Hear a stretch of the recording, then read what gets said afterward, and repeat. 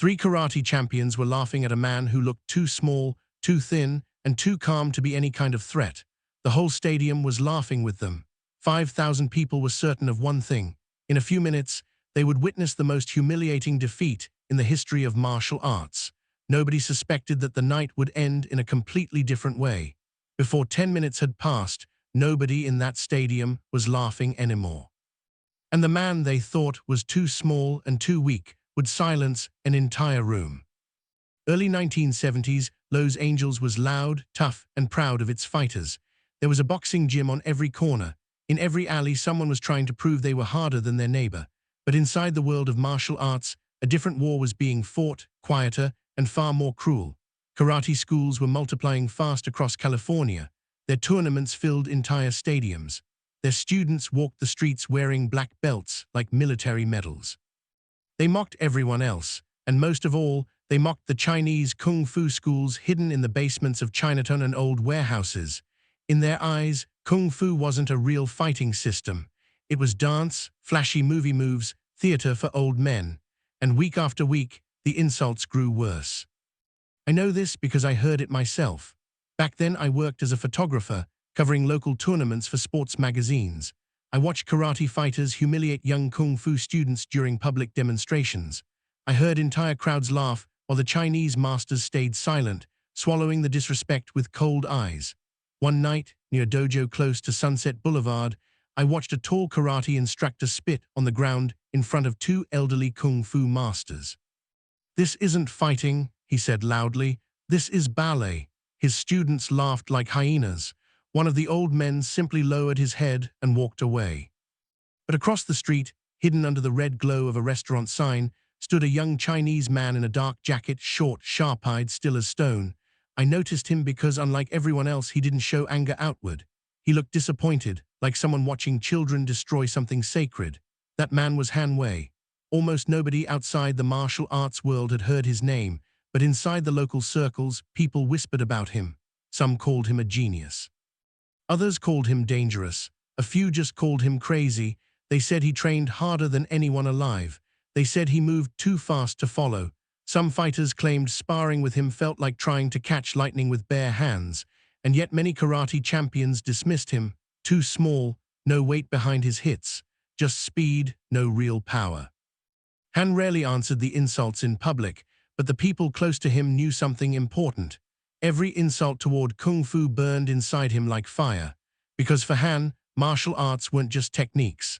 They were identity, honor, philosophy, history. Watching people turn centuries of discipline into a joke was slowly pushing him toward a breaking point. The challenge came 3 weeks later. A well-known karate group, the Southern California Black Dragon Federation, organized an open martial arts competition in downtown Los Angeles. Thousands of flyers spread across the city. Every poster carried one line: "Karate will prove its superiority once and for all."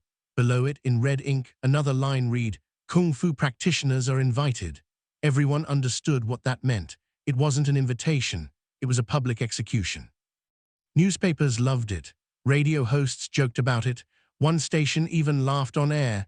"Maybe the Kung Fu boys will dance between rounds." The stadium sold out in 2 days, and somehow the hostility only fed people's curiosity more. Here's a question worth sitting with before we go further. How many of us have been underestimated the exact same way, judged as too small, too quiet, too different to matter, long before anyone bothered to see what we could actually do? On the night of the tournament, the streets outside felt like a carnival. Neon lights bounced off polished cars. Street vendors sold drinks by the entrance. Crowds pushed past security while reporters hunted for drama. Inside, nearly 5,000 people packed the stadium. The air smelled like sweat, cigarettes, and anticipation. I was walking toward the edge of the ring with my camera on my shoulder when I noticed something strange. The Kung Fu section was silent, not nervous, genuinely silent. About 20 Chinese masters sat together in the back rows, most wearing traditional black training uniforms. Their faces showed something close to shame, even before the fights began. On the other side, the karate team looked overconfident. Big men, wide shoulders, black belts wrapped around bodies built like iron. They laughed loudly and slapped each other's backs as if victory was already guaranteed. One fighter drew special attention. Rick Morrison, 6'5", 230 pounds, a former kickboxing champion. They called him the Wall. People said he could break bricks with his bare hands. He looked toward the Kung Fu section with a sneer and shouted loud enough for the whole stadium to hear, "Hope your dancers warmed up tonight." The karate side erupted in laughter, and even the crowd joined in. I lifted my camera toward the Kung Fu masters.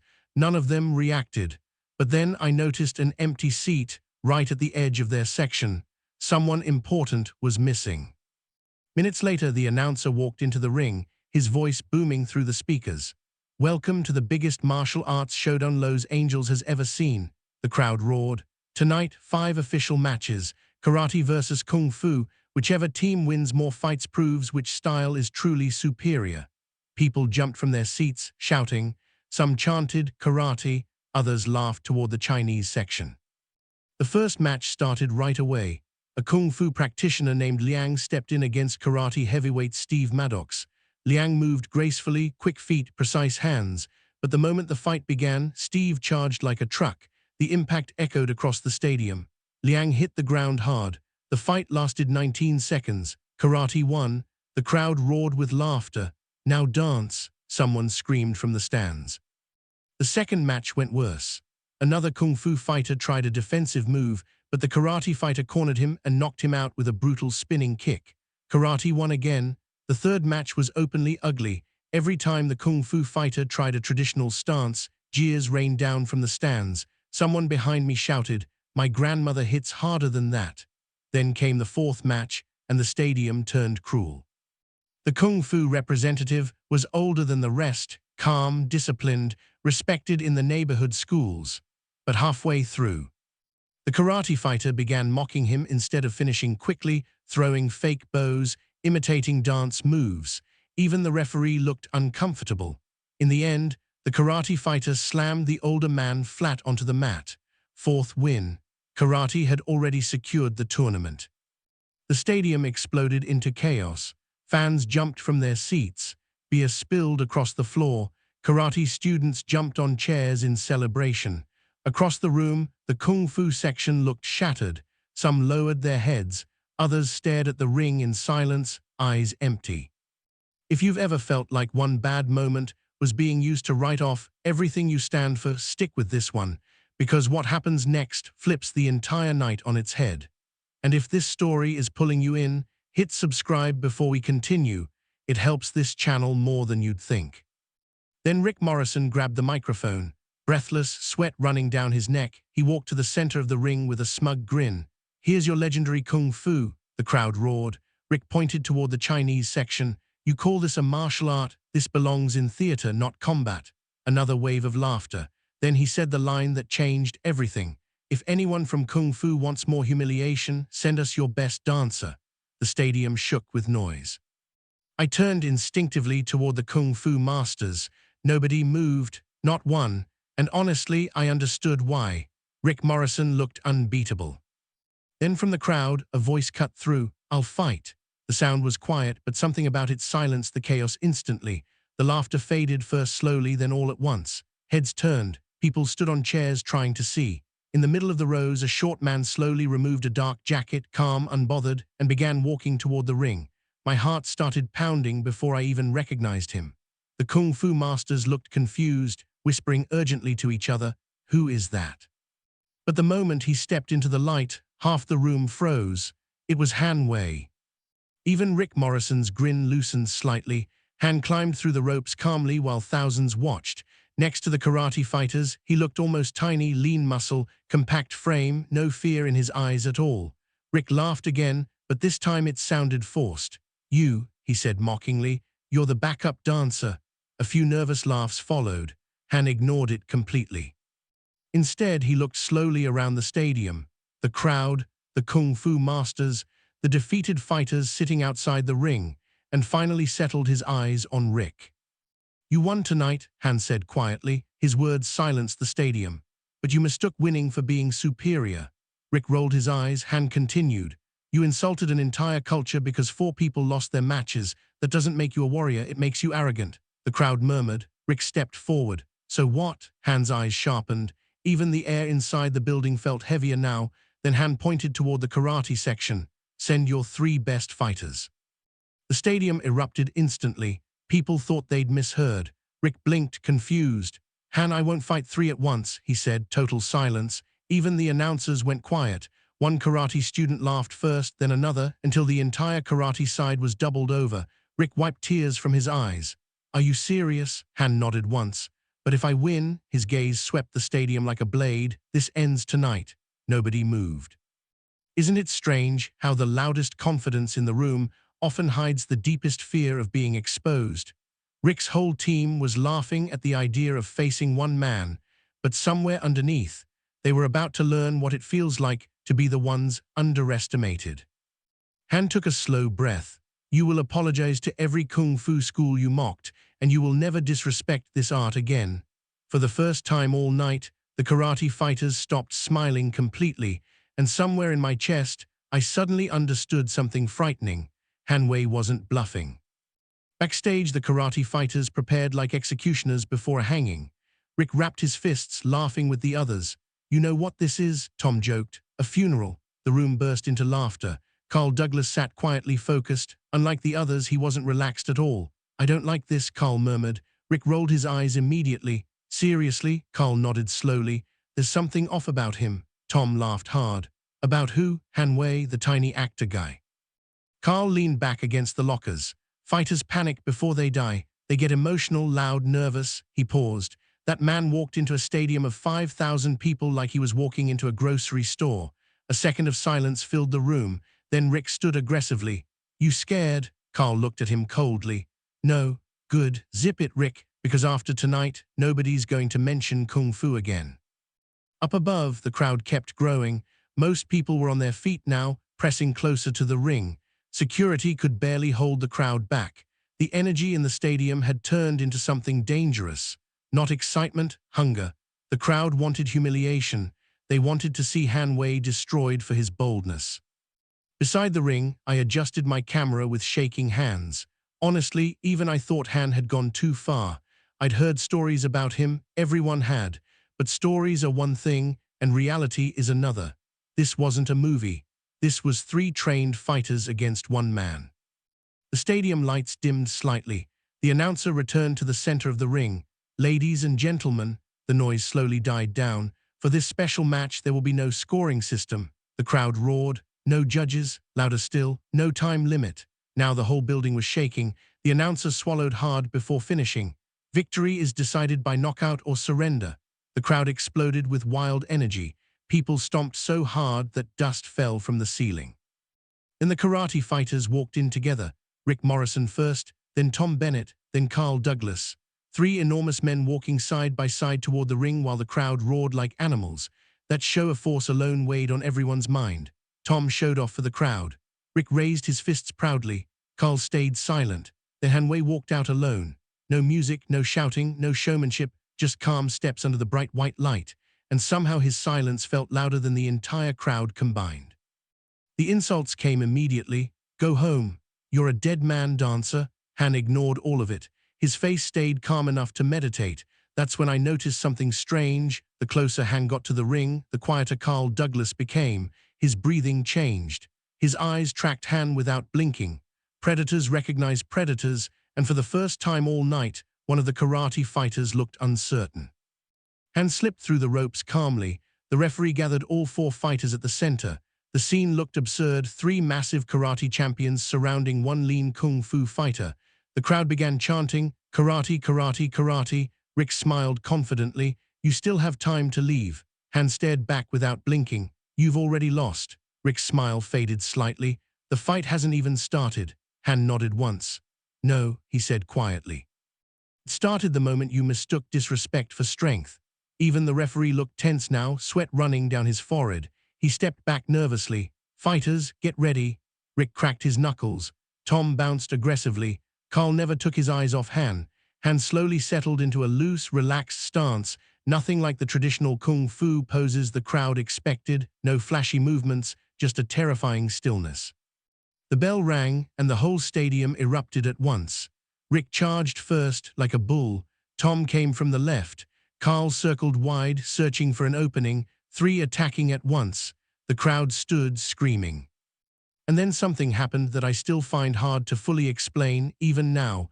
Han Wei seemed to disappear. Not literally, but the speed, my God. 1 second he stood in front of them.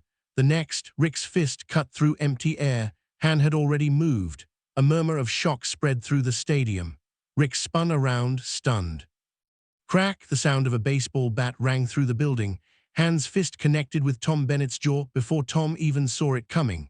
Tom's body stood rigid for a moment, eyes wide open, then collapsed face first onto the mat, unconscious. The stadium went silent, not quiet, silent.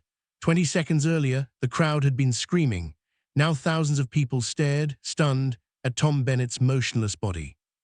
Rick Morrison blinked rapidly. Carl Douglas instinctively stepped back. Neither of them understood what they'd just seen. And honestly, neither did the crowd, because what happened didn't look human. Han stood completely still, breathing calmly, expression unreadable, as if nothing had happened at all. If there's one thing this night keeps circling back to, it's this.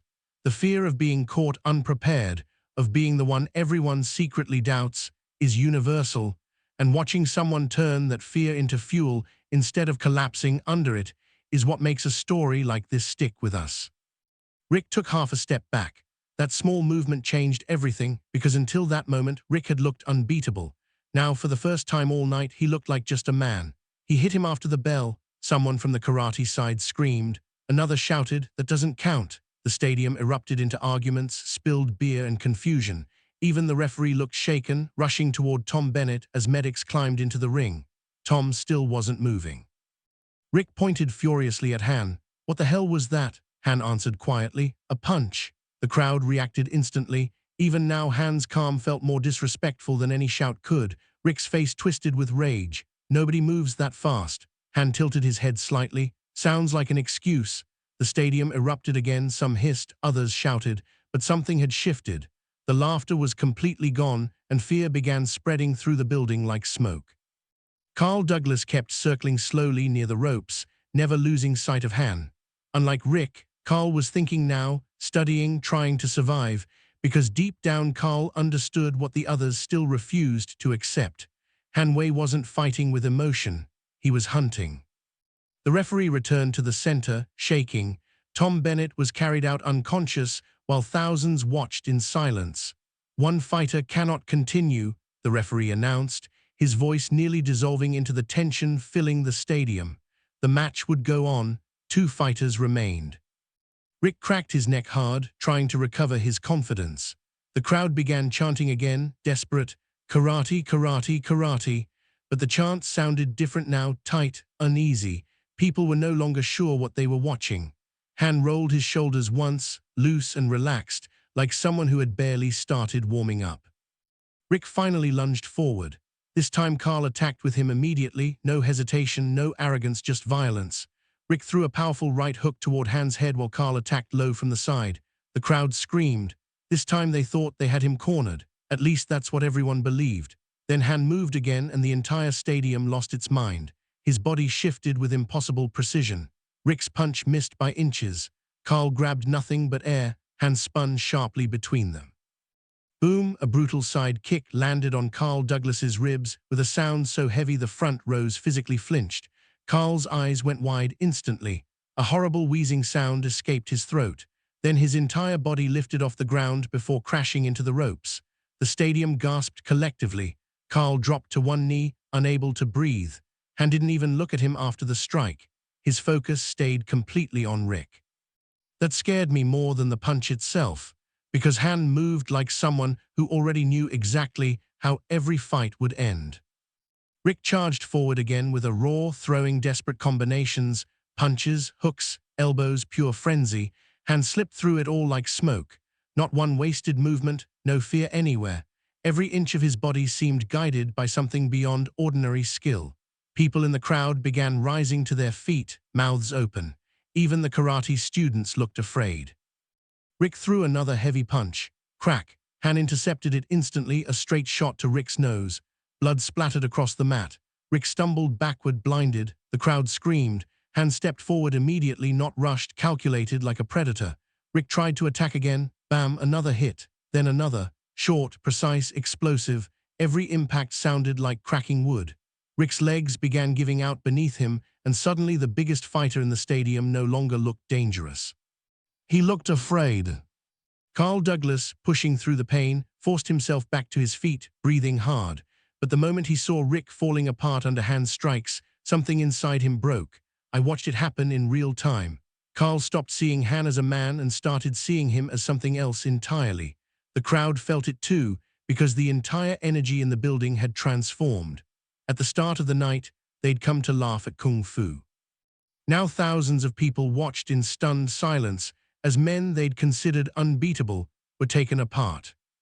Rick Morrison made one last desperate attempt, charging forward with a wild shout. Han moved first, fast, one explosive step forward.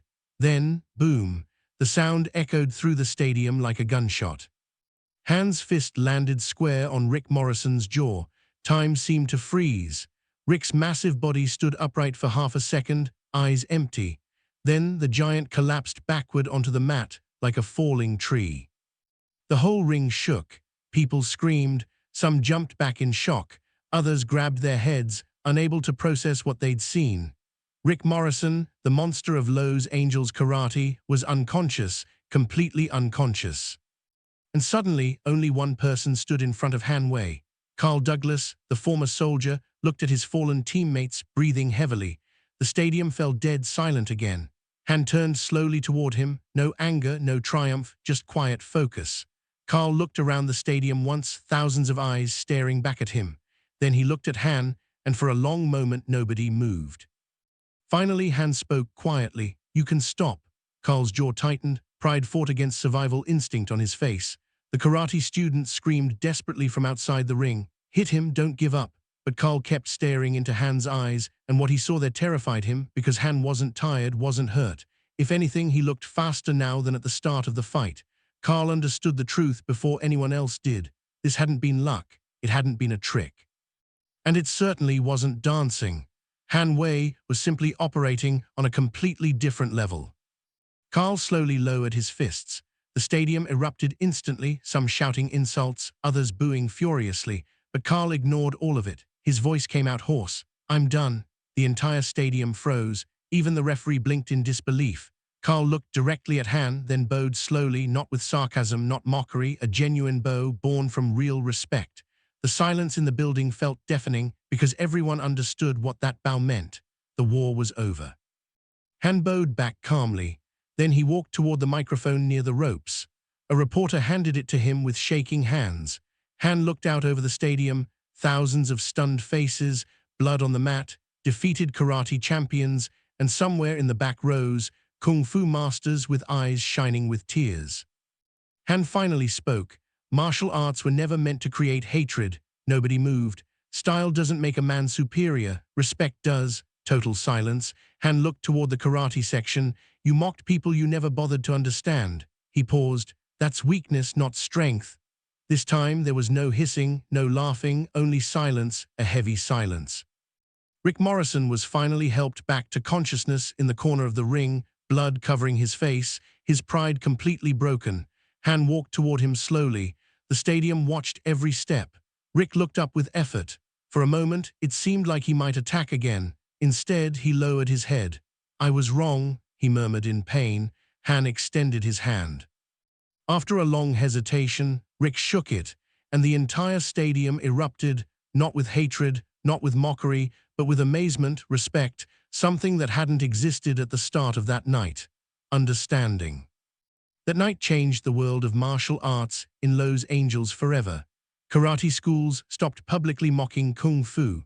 After that, many fighters began studying Chinese martial arts with genuine respect instead of arrogance.